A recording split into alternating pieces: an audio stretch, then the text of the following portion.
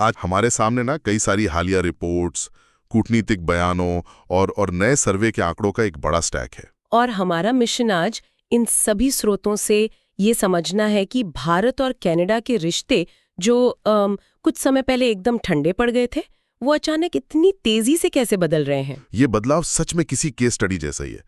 मतलब याद करें तो 2023 में कनाडा की धरती पर हरदीप सिंह निज्जर की हत्या के आरोपों के बाद माहौल कितना तनावपूर्ण था। हाँ बिल्कुल, वीजा सेवाएं तक रद्द करनी पड़ी थी और व्यापारिक बातचीत तो लगभग थमी गई थी। कूटनीतिक रिश्ते अपने सबसे निचले स्तर पर आ गए थे। सही कहा, पर अब देखिए तस्वीर एकदम पलट गई है।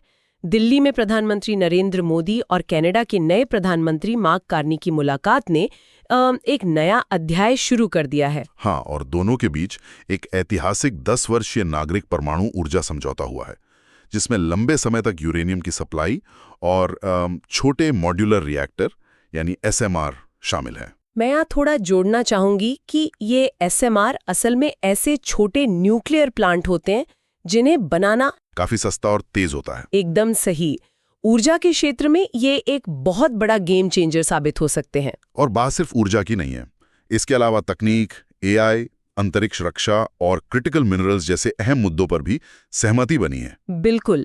और अगर थोड़ा पीछे हटकर इस पूरी कहानी को देखें तो 15 सालों से जो फ्री ट्रेड डील अटकी पड़ी थी ना, उसे अब 2026 के अंत तक पूरा करने का लक्ष्य रखा गया है, ताकि जो द्विपक्षीय व्यापार है वो $50 अरब के लक्ष्य तक पहुंच सके। सुनने वालों के लिए ये समझना बहुत जरूरी है कि इन बड़े समझौतों का सीधा असर ग्लोबल मार्केट पर पड़ने वाला है। तो यहाँ स्वाभाविक रूप से ये सवाल उठता है कि ये अचानक हुआ हृदय परिवर्तन आखिर क्यों?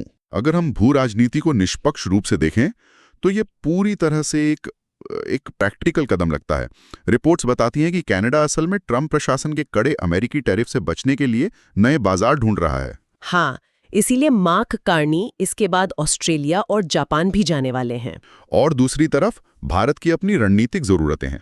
भारत अपनी ऊर्जा जरूरतों के लिए रूस पर से निर्भरता कम करना चाहता है, और इस मामले में कनाडा एक बहुत मजबूत पार्टनर बन सकता है।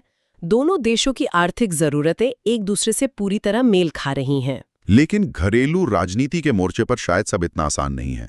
अगर हम अलग अलग बयानों को देखें तो मार्क कार्नी प्रशासन का कहना है कि भारत अब कनाडा में हिंसक गतिविधियों से नहीं जुड़ा है। हालांकि उन्हीं की पार्टी के कुछ सांसदों और सिख समुदाय ने इस दावे का बहुत कड़ा विरोध किया है। और कनाडाई विदेश मंत्री अनीता आनंद ने भी खुद को उस बयान से अलग कर लिया जिसमें कहा गया था कि भारत ने हस्तक्षेप पूरी तरह बंद कर दिया है।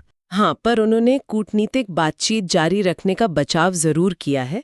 ये ध्यान रखना भी जरूरी है कि निज्जर मामले में 4 लोगों पर अभी भी अदालती कार्रवाई चल रही है।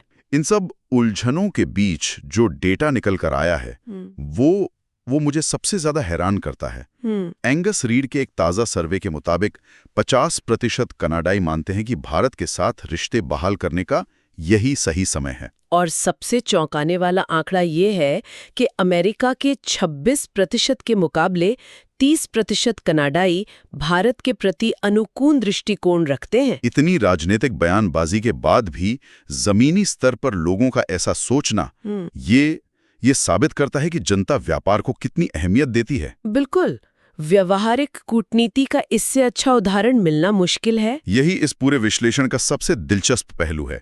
आज की चर्चा को खत्म करते हुए सोचने के लिए एक सवाल छोड़ना चाहूंगा। हाँ, बताइए। जब आर्थिक जरूरतें और वैश्विक व्यापार इतने महत्वपूर्ण हो जाते हैं कि वे गहरे राष्ट्रीय सुरक्षा विवादों को भी बहुत ही कम समय में पीछे छोड़ दें, तो क्या आधुनिक कूटनीति में सिद्धांतों की कोई वास्तविक जगह बचती है, या अंतर्राष्ट्रीय रिश्ते केवल फायदे और नुकसान के तराजू पर ही तौले जाते हैं? सोचने वाली बात है।